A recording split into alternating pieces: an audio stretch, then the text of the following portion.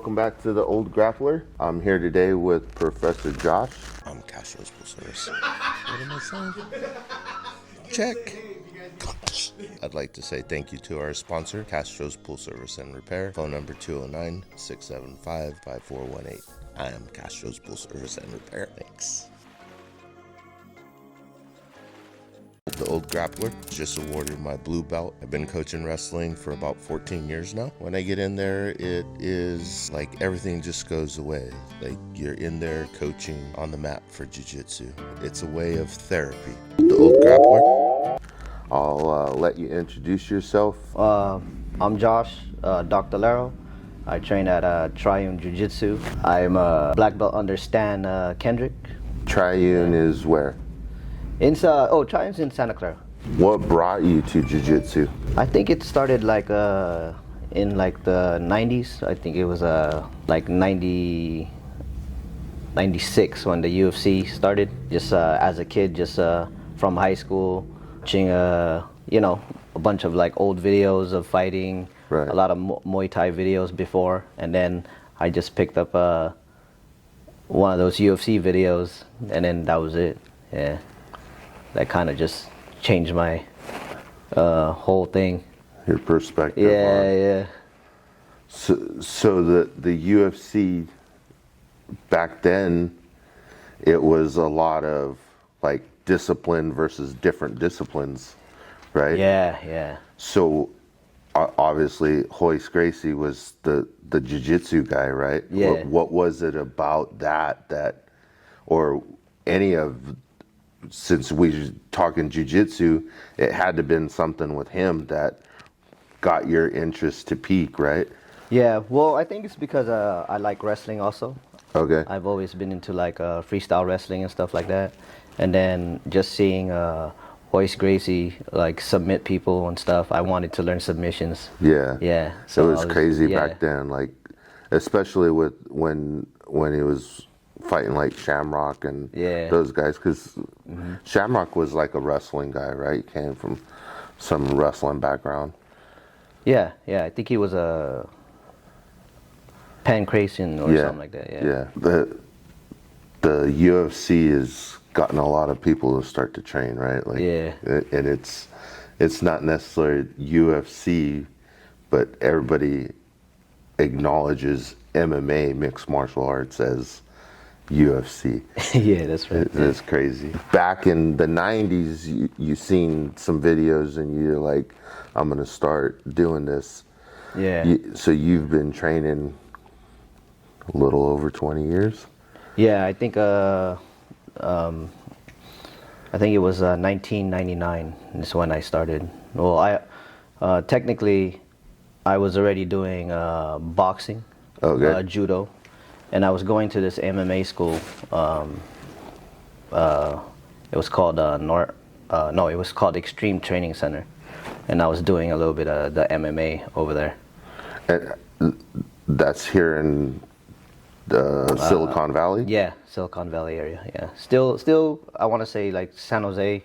If you cross one street, it'd be like Santa Clara, but it's still like around the area. Yeah. Right. Yeah. All the little towns across the street, and you're into the next one. Yeah.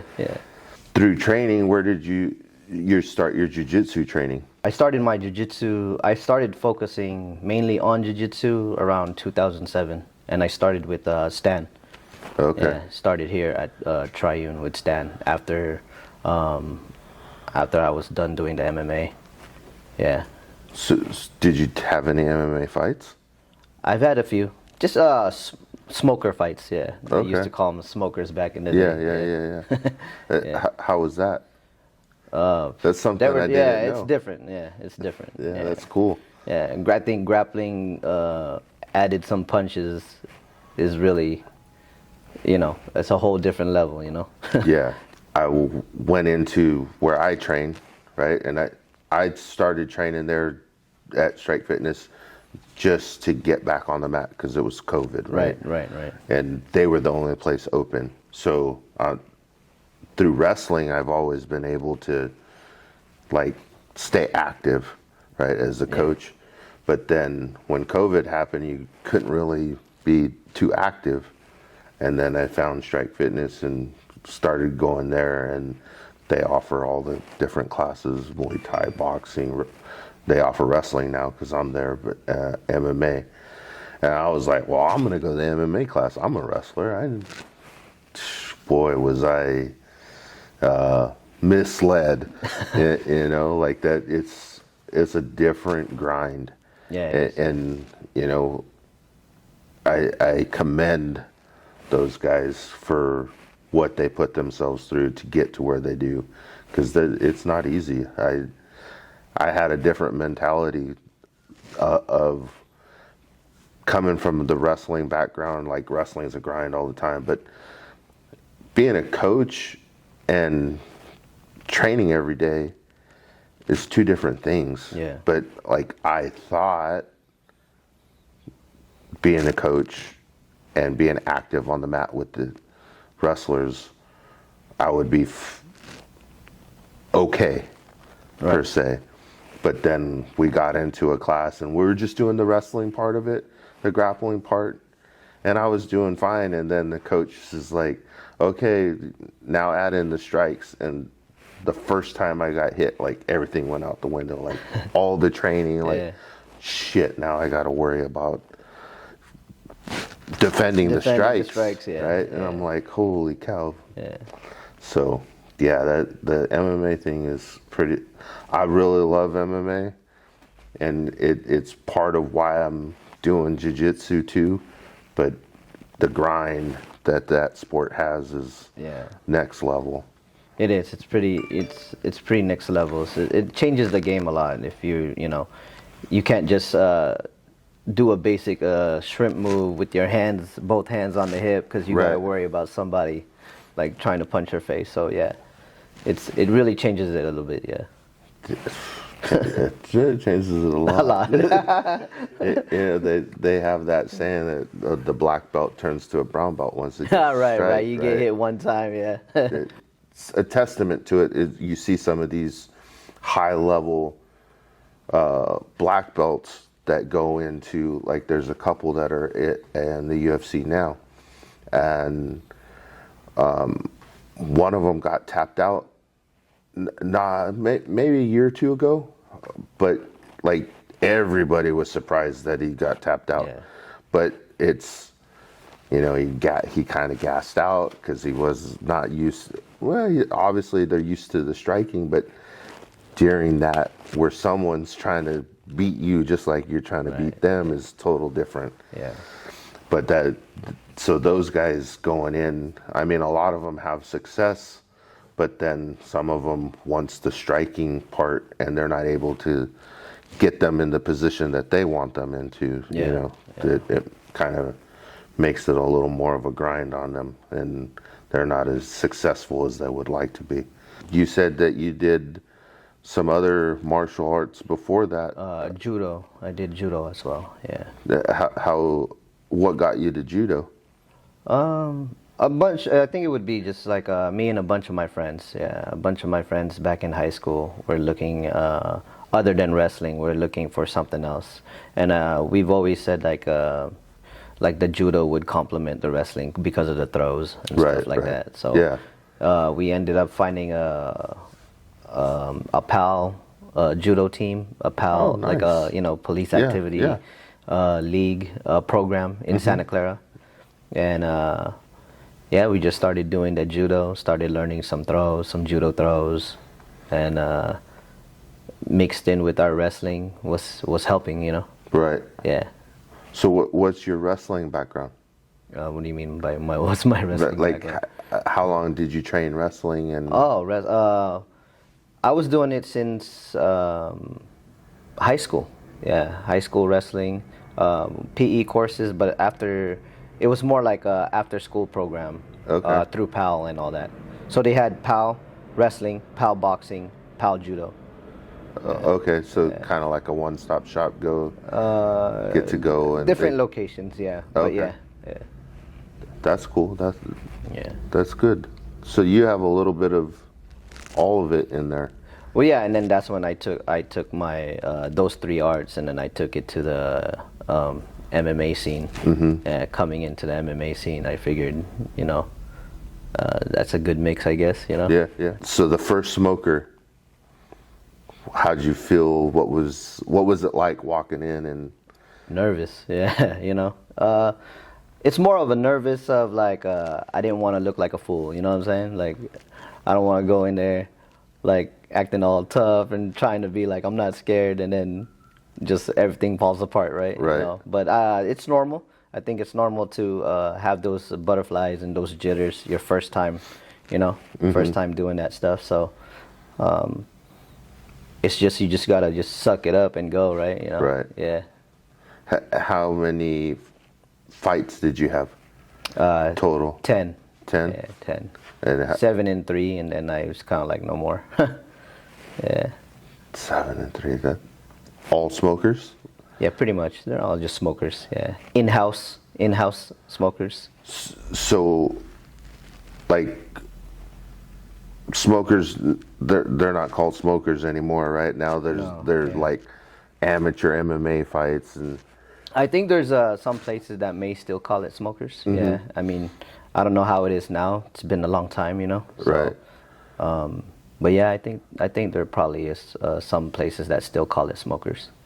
So when you were doing the smokers, were you shin pads and big gloves, or no shin pads, MMA gloves and? Well, you had shin pads. You had the option, I would say. You had more of the option to do it. So if the other individual wanted to go full on, it was just like, all right, sure, But if like let's say the other person wanted to like wear some gear, then we would wear some gear. You know what I mean? Okay. Yeah. That's cool. That's. At least that's the way we were doing it at the place that I was at. Yeah. Yeah. I mean, Like the reason why I do this is because everybody has a journey and everybody's journey is different, and like it's nice to know, like, hear how those journeys happen. Right. Who would have known? Like I'm sure there's people in your circle that know that you did that, but maybe not everybody. Mainly I was doing it just to get out of trouble, because like back in high school, I was hanging around with the wrong crowd. A lot of my friends were either going to jail, or some of them just dropping like flies. You know what I mean? Yeah. So my way out of that stuff was getting into like some kind of martial arts. It got me out of trouble. Yeah. So. Kind of gives you the discipline, right? Like without giving it to you. I guess, yeah, pretty much. You commit to something, yeah. And you have to. When you're committed to what you're being taught, there's discipline in there, right? There's consequences. Yeah. And sometimes you don't get that hanging out with the wrong crowd. Like the wrong crowd is going to continue to give you the wrong advice, right? Yeah, come on, let's just go do it. Yeah. Yeah, I think wrestling gave me that, And then when I graduated school, I went to Marine Corps, and I'm not saying it was easy, but the training for the Marines was going through a wrestling practice 2 hours a day, grinding for 2 hours. Yeah. You don't. The training with the Marine Corps, you do get that physical training, but you get that mental training. Then you get, whatever your introductory to the military through basic training is, But I don't remember ever being like a day that it was harder than a wrestling practice. That maybe equal, but never a day where the training outdid the wrestling practice. So I look at that and think back like, shit, I'm glad that I got into the wrestling. The wrestling, yeah. And the funny story about wrestling, the only reason I decided that I was going to go out for wrestling is because I watched the fucking WWF back in the day, right? Yeah, that's right. And I'm like, I would watch that. I think it would be like Saturday, and then I think they like Saturday morning they had an event, and then like Saturday night they would have an event, and I would stay up late to watch that.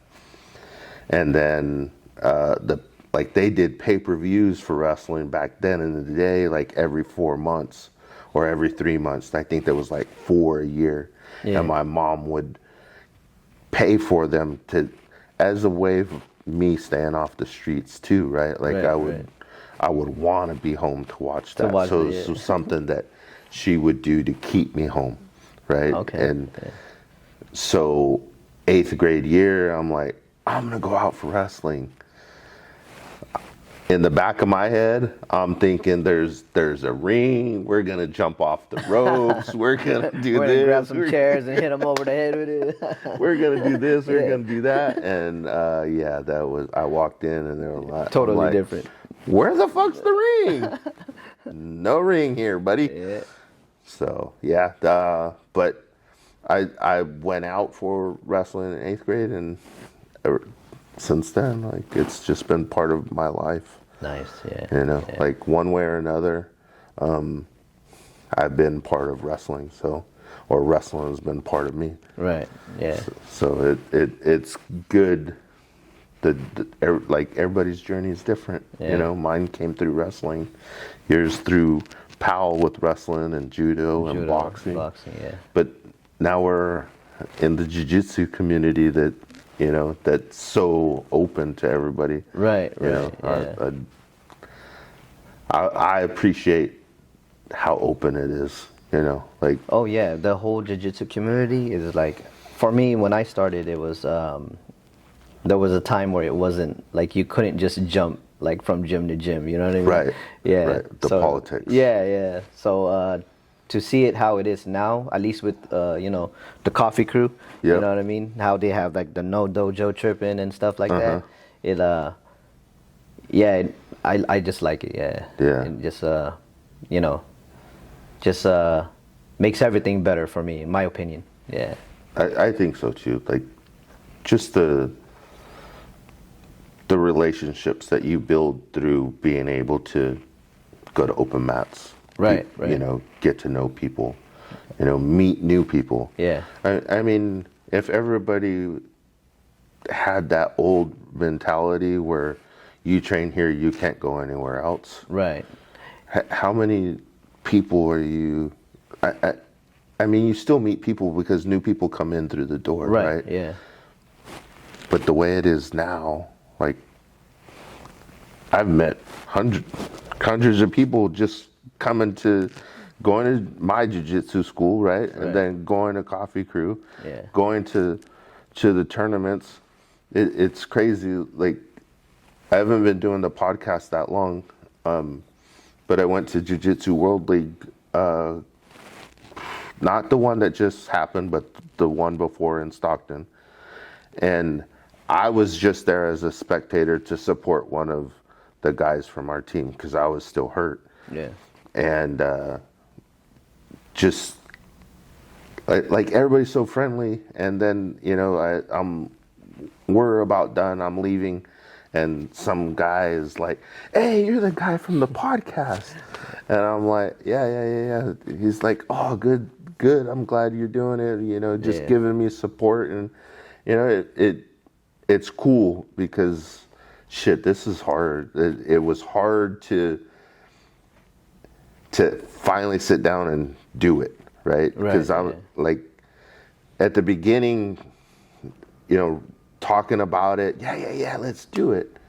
But then to say, okay, we're doing it, and sit down in front of a camera. It's always different when you're just do it. Yeah, when you're just that was like, oh, okay, I'm doing this thing, and you know, like, you just think, what could go wrong? What could, you know? You never think of what could go right. Right. You just like, I hope this goes this way. I hope it's not that. I think that's just human nature. Like, we're just programmed that something's gonna happen. You know what I Yeah. mean? Like, so, yeah. Yeah, that's cool. That's cool.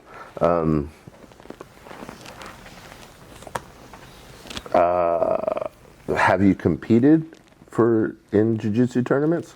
Yes, I have. Well, I haven't competed since the pandemic, but I have competed throughout all my belt colors. As you ranked up and started and competed, did you have that same thought process like at black belt? Like black belt, I think you could get a black belt that's a year as a black belt, but then competing against a black belt that's like 15 years into it, right? Because it's all belt level, right? Yeah. But all the other belt levels are not as long, right? Year-wise, like white belt, 1 or 2 years, white belt, depending on how you're training, you get to level up to blue. And blue, kind of the same thing, 1 or 2. Blue to purple and so on. Yeah. So there's not necessarily, like, obviously at white belt, you as a beginner white belt that walked in the door and 3 months into training, you're going to compete versus a 2-year white belt, that may be leveling up soon. Did you happen to like have a different thought process when you leveled up and competing against other people that were more stripes on their belts? No, I don't really look at it like that way. I really just didn't have a thought, really. I just went in there and I just felt like I knew what I wanted to do. Played your game. And just played my game, yeah. I'm not gonna go and worry about what my other opponent's gonna do, because I feel like if you start doing that, you're off your game. Yeah. Yeah, you're not thinking about what you want to do. And I should feel like I should be able to do what I want to do all the time, right? You know what I mean? Right. Whether it's like good, bad, you know what I mean? I'm gonna do what I want. Yeah. Right. Yeah. That's the mentality I had in competition. So, and I felt like if if I trained the right way, I'd have an answer for his stuff. Right. Yeah. For his movement. counter to your offense. Yeah. If I was on the mat and if I was doing the stuff that I needed to do in class, I felt like everything's gonna be okay. I just got to go out there and do what I do. Right. And not worry about whatever he's gonna do. Yeah. I like that. I'm kind of the same way. I don't get nervous. I don't have the butterflies. Oh, I get nervous. I still get nervous. All the competitions that I've done so far with jiu-jitsu, my coach is like, "What's the plan?" Just go win, coach. That's if there's any other plan. So you never got nervous, you said, but so how would you, how for someone else that was doing a competition, what would you tell them? You know what I mean? You just tell them, hey, just don't get nervous. I don't know why, right? Like, I've had X amount of wrestling matches, right? And we're talking like decades between wrestling and jiu-jitsu, right? I just stumbled onto jiu-jitsu because it got offered at our gym, right? And I was like, well, that looks a lot like wrestling. I'll try it.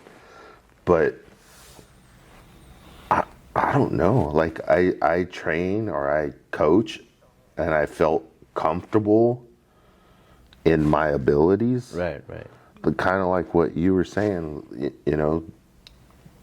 I'm going to do what I'm going to do. Right. And I should have an answer for their counter or if they have an offense. It's funny. I was at a competition. I think it was my last one. I was doing no-gi, and I'm there at the mat, and we're waiting to go out, right? And my opponent, he's there, and his coaches are kind of like going through all this stuff with Yeah. him, right? And I'm looking at they're showing him like grab a single leg and do this, and I could hear them, right? You know, we're not that far apart. Yeah. And in my mind, I'm like, please do that. Like, I would love for you to get in on my leg and good luck taking me down, right? Like, my defense to that is going to be good. Yeah. And then it's my offense. Yeah. But like, how can I tell someone not to be nervous? I think it's just over the years with competition and training and being confident in what you're doing, right? Like, kind of like going back to what you said, if you spend enough time on the mat, muscle memory is going to get you through a lot of what you're doing, right? There's not going to be a lot of times where you're in a position that you weren't in on the mat already at a practice. Right. Your instructor's guiding you through the curriculum or through their practices, you know, and I can't say that there's a right way and a wrong way, because every position there's going to be a depends moment, right? Yeah. It depends if he's leaning this way or if he's going that way, what I'm going to do next, right? So as long as you put in the time on the mat, I think that helps you with the confidence, right? Like, I think you say people you get get nervous, you get the butterflies, but you're not. It's more like I get nervous and I get the butterflies, not because I'm about to get into a fight. It's just I don't want to feel. I mean, I don't want to look stupid. You know, I have it in my head where I'm like, oh man, I hope this doesn't look stupid when I go to take this double leg. You know what I mean? You know what I mean? So that you saying that is hard because you know how to wrestle, so it's probably not gonna look stupid. But there's always that thought, that mentality, right? You know what I mean? But I can see why you say that, because like watching other matches, like you go to a competition, you're watching who you're there to support or who you're there to coach, right? And then you're watching other matches and you're like, what are you doing? What are you, like, that is not a double leg. That's not a shot. That's not this. Like, there's a little, I think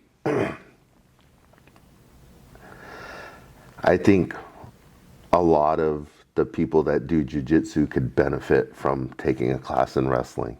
Like, right. Like I feel like wrestling is like the root of, like, you know, the grappling arts, right? Mm-hmm. Yeah, I feel like if it was a tree, right, it'd be like wrestling is the roots, right? And then I would say like judo, so on. You know what I mean? Yeah, it's just and then it just branches out. Yeah. But like convincing someone to come to a wrestling class is not that it. Like someone that does jiu-jitsu, like goes to 3, 4, 5 classes a week, getting them to come to a wrestling class, and then you if you really think about it, where is wrestling offered at the adult level, right? It's school. It's few and far between where there's a adult level wrestling program at a school. Yeah. You know, like our jiu-jitsu instructor, I'm the wrestling coach at our school, and then we have the jiu-jitsu, and he'll tell the kids, because we have a kids class, he'll tell the kids, hey, there's a kids wrestling program. You guys should go to that. Right. It'll complement what you're doing. And then even the adults, he'll all talk shit during, we do like live rounds, right? And sometimes coach will start us on our feet. Right. And like it'll be going back and forth. I'm like, hey coach, you could tell they don't come to wrestling class. Neither one of them are doing anything to take the other one down. So, but I mean, it'll complement the jiu-jitsu and body awareness, position, pressure. Yeah. I think a lot of that comes from, for me as the wrestler, the body awareness, the pressure, the body mechanics doing certain things and feeling something because of the wrestling. I think I'm where I am with jiu-jitsu now because I had that background. Right. Yeah, it definitely helps. Yes. So, yeah, I wish it was offered more for people that would consider doing it. I mean, it's just finding a place that offers it, right? Like we offer wrestling kids and adults twice a week. Kids in like the late afternoon and then adults in the evening. And the adult class, I get anywhere from 3 to, on a good day, 7, you know. And out of those 7, like 4 of them go to jiu-jitsu. So, and then there'll be days where I'll say, hey guys, next class, bring your gi. Yeah. So we can work on takedowns with the gi. Right. Yeah. So, and that's just gonna, it's still wrestling, right? But it's just, now we could control someone a little bit more, right? Yeah, we you could got the handles and stuff. Yeah. Yeah. So I try to implement that in what we're doing too. So, but yeah, that's getting back to how to teach someone not to have nerves. I think just the training and believing in what you've done on the mat. Right. You know, like the butterflies, some people have them worse than others, right? Right. And it's just, I think that's just, that. I don't think people get nervous or get butterflies because they're not sure of their ability. I think it's just like, it's someone that they don't know. Right. You know, like they're going to compete against someone that is at their level or maybe a little bit above their level, and they're going to be trying to do the same thing they're doing, you know, and they're the nerves or the butterflies because they don't know the result. Yeah. And the result for me is learn or win. You know, like I'm going to learn something out of it, or I'm going to win this and learn something. Right. I hear it all the time in jiu-jitsu where they say there's no losing, right? There's no losing in jiu-jitsu. You either win or you learn, you know? Mm-hmm. So that's definitely my mentality on competition. Like you were either able to play your game, right, or you are going to learn why you weren't able to play your game. Right. That's right. Like, yeah, and then you just make those little adjustments, you know. Yeah, down the road. Yeah, get back on the mat, keep training. So with jiu-jitsu, what's your most memorable moment with jiu-jitsu? My most memorable moment. I mean, I guess for me, the first time Stan was telling me to go ahead and start teaching was one of my most memorable moments, because it was just like just throwing me under the fire, you know what I mean? Yeah. Sink or swim, right? Yeah. So it was, you know, I had to learn, like you said, right? So for me, I had to learn very fast. Just like, okay, how am I gonna, you know what I mean? I'm already a purple belt at the time, you know? And then Stan would be like, you know what? You have a neck for it. I see you, you know, in the corner, you know. Right. Why don't you go and teach the guys some of the, you know? And then I would be like, I don't know, Stan. I don't know if I can do it. Blah blah blah. And he's all just go, you know, do a little bit, you know, and just work your way up to it. You know what I mean? So, I think that's one of my, you know, memorable moments. Yeah. That's cool. Like that first time, like the way you're saying is like, I never not taught sure, before. I mean, not sure, but like, you know, the technique. Yeah. but it's just a matter. But how well do you know it is the thing, right? And then for me, that was the details test. will find. Yeah. You teaching the details is the Right, answer, right? right. Like, So that actually teaching for me, in my opinion, like leveled up my game. You know what I mean? It made me really understand the things that I do, and then just to be able to share it and to show it to other people, and then just to see them figure it out and do it. You know what I mean? Yeah, It's just like, I think everyone has that. The light bulb turns on. yeah, In their own journey. Like I heard my coach talking to one of our teammates the other night, and he's like, you're just doing it and doing it and doing it, and then all of a sudden you did it and it wasn't hard anymore.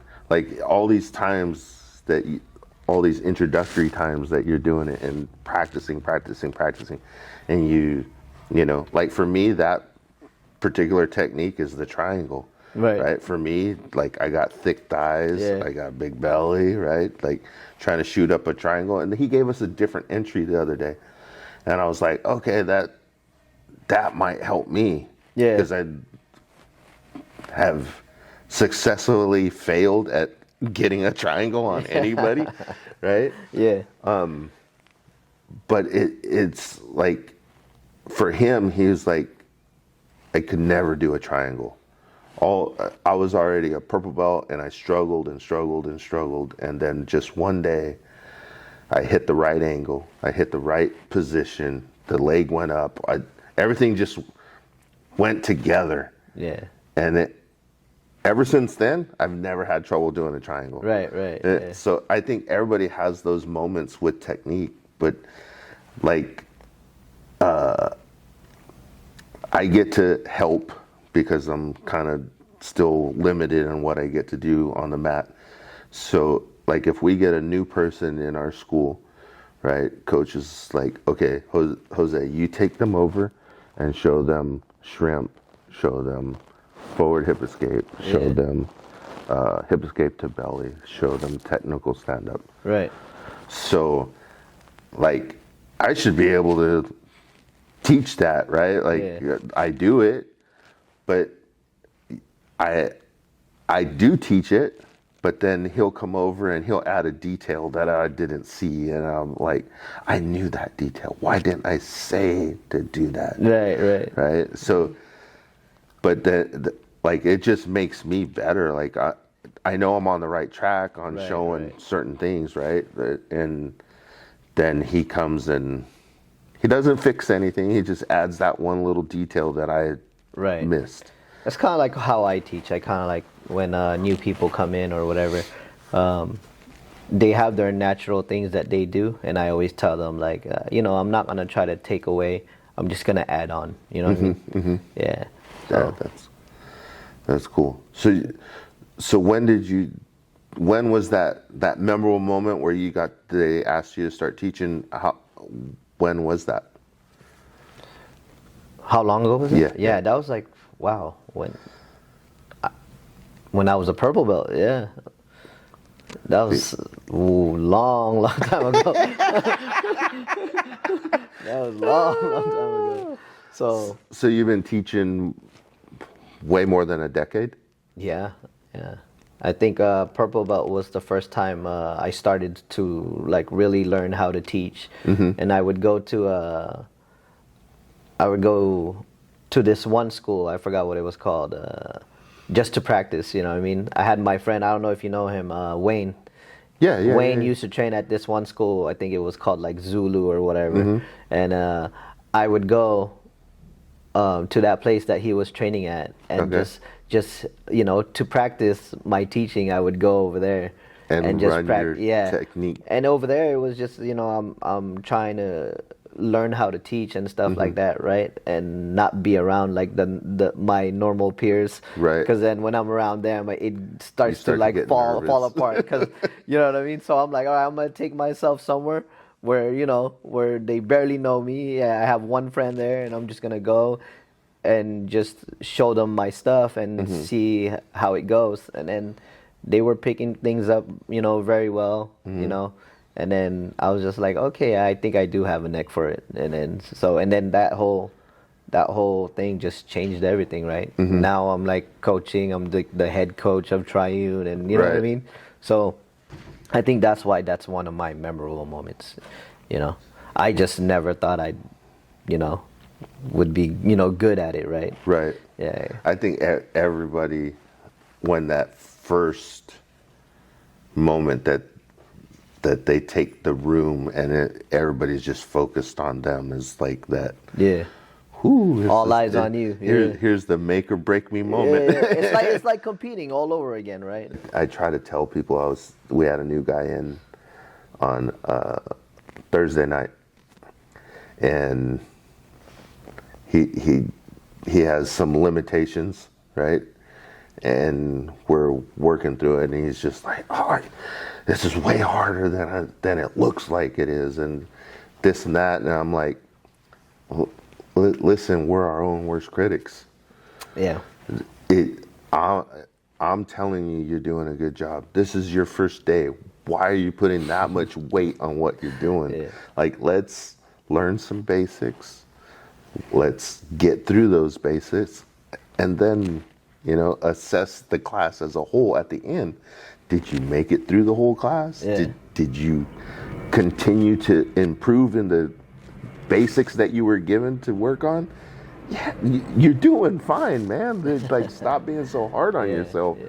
But then, as the person that's teaching, I find myself hard on myself at times. And like, one of the things with teaching is we'll go to the wrestling part. If I'm teaching wrestling, right, and like I bring guys in for camps, I'll bring a guy in.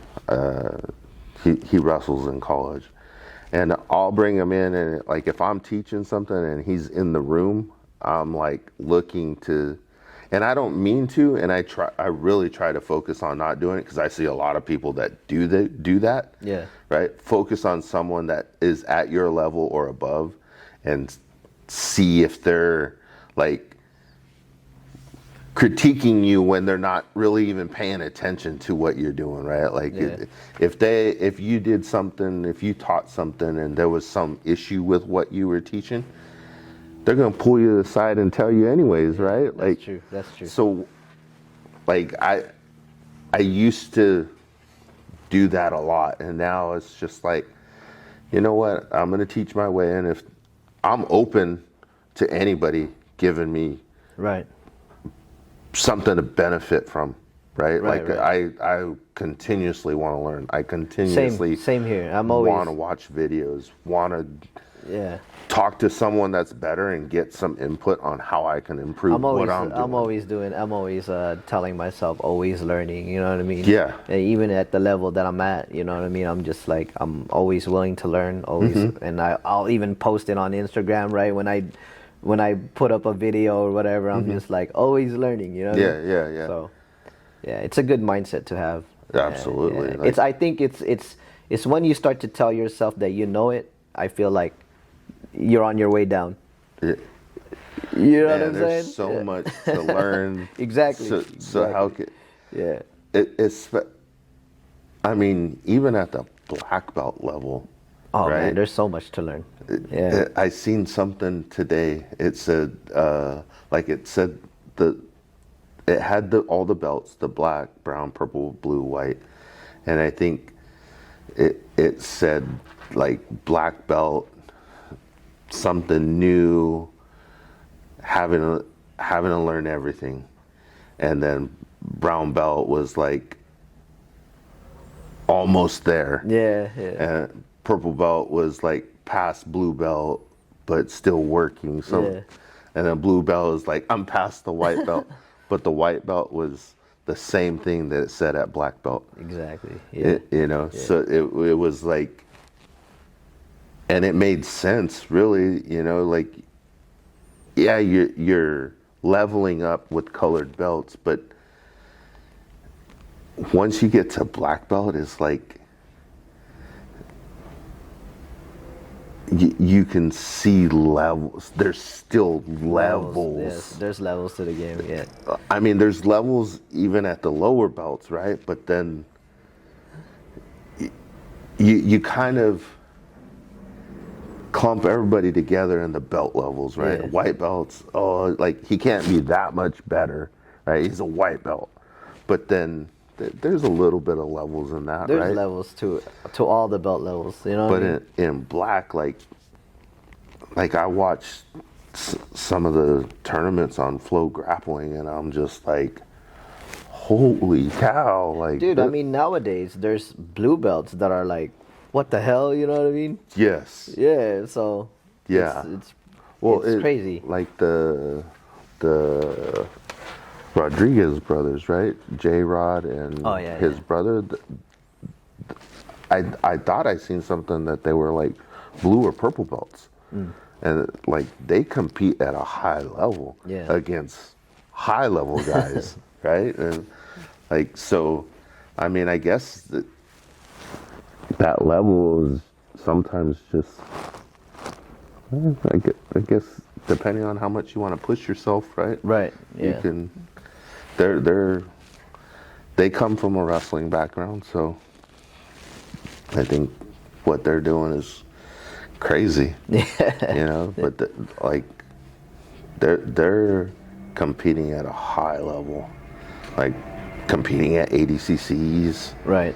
You know, I know J Rod won one of the ADCC tournaments but even like the float grappling deal that they have going, I think it's Who's Number One or something like Right. that. Right. Yeah. Who's number one? Yeah. The other, damn, I can't remember what his name is right now, but he stepped in and was the main event a couple matches back, like couple fight cards back for them. They're doing something right. Yeah. Yeah. So It's that grind, man. You know, it's that mat time. That's all it is, really. yeah, Yeah. it's For me, it's always been about that consistency and just being on the mat. You know, people always ask like, "Oh, well, how do you get good at jiu-jitsu?" It's mat time. In my opinion, it's mat Yeah. time. Mat time. Mat time. you can watch all the videos in the world, Right. right?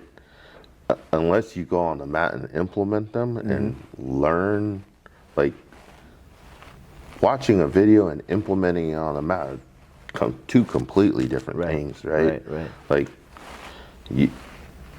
you got to be able to test it, right? You Right. got to be able to be on the mat and play your game and add that new thing into your game somehow, right? Like open the doors so that they could channel into them so you could get to that.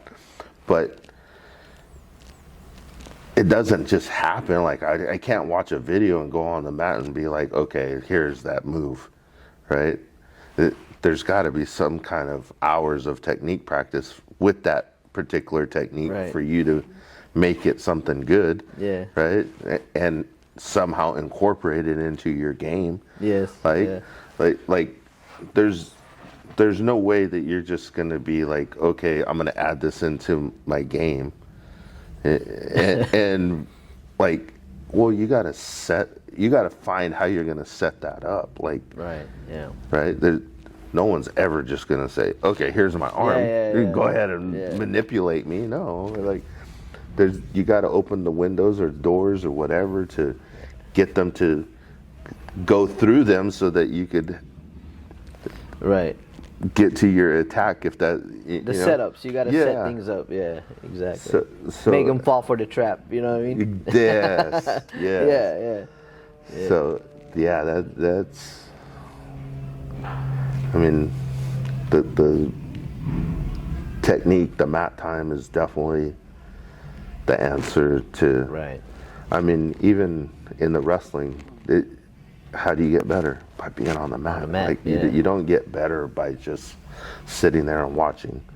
Like you can still learn, right? Right. Like I'll attest to that. For we talked a while back when I pulled my groin. Like, what am I gonna do? I can't be on the mat. Like, I could be on the mat, but I can't. Still learn, pick up a few things from the sidelines and stuff like that. You can, go take notes, and then once things start to heal up and stuff, you go back to your notes and apply it. Yeah. Start learning, slowly.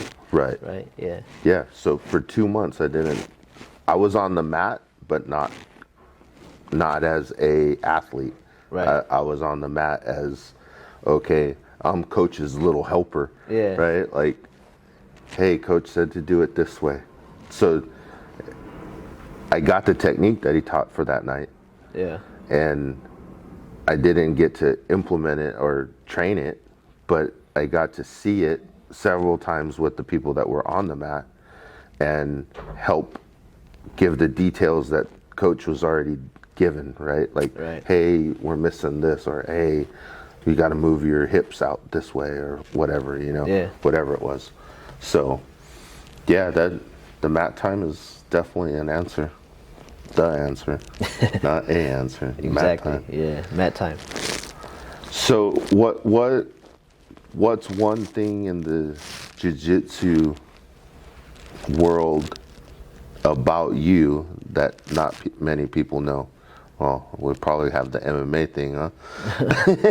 I think a couple of people have already known, yeah, at least, I've always just been like to myself, you know what I mean? Yeah. I'm always a to myself type of guy, Right. I don't like to talk about myself or anything like that. That's why it was hard getting you to come on. Yeah. And I've always felt like, some people, like people that don't know, they'll be like, oh, well, how good's your jiu-jitsu? I've always been like, come roll with me and you be the judge, you know what I mean? Yeah. Rather than me say that, oh, I'm this, I'm that. Because I don't like to do that, right? Right. I would rather, you want to know, let's go on the mat, and then you tell me how good I am. Yeah, Yeah. that's a good answer. Yeah. I like that. So, anything that we didn't cover that you may want to put out there? I mean, no, I'm good, man, I'm a man with few words. Okay, so man, a few words. The last, we'll end it with this. What advice do you have for new people that are coming on the mat, older people like myself? I'm new to jiu-jitsu. I'm a couple years in now, but everybody starts their journey at a different time. But what kind of advice can you give to those people? Newcomers, Looking into jiu-jitsu, just listen to your coaches, go at your own pace, you know what I mean? Mm-hmm. Don't be afraid to just like go to other schools if you feel like it, especially, I mean, you're the paying customer, right? So coffee crew is always good, Yeah. Yeah, no dojo tripping. Kyle Terra tomorrow. Exactly. Yeah. I'll try to make it, hopefully. It's too early sometimes, but yeah. Coffee crew. It's in your backyard. What are you talking I about? know, right? That's when you're even more late when it's early. When it's closer, the later you are, Yeah. But for the newcomers, that's it, man. Just like what we were talking about, mat time, go at your own pace. Because I know sometimes they come in, they want to just learn it all. You know what I mean? So, Yes. Yeah. Don't be your own worst critic. Yeah, I mean, jiu-jitsu, it's a lifetime thing. So take your time and it will just naturally come.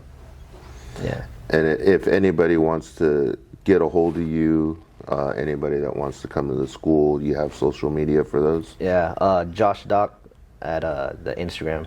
Yeah. Okay. Yeah. And does Triune have a... Triune has one, but I'm not. There's like a few other people that are that have the what do you call it? the login? The login. So Okay. I'm mainly on my Josh Doc. That's it. Yeah. Okay. Yeah.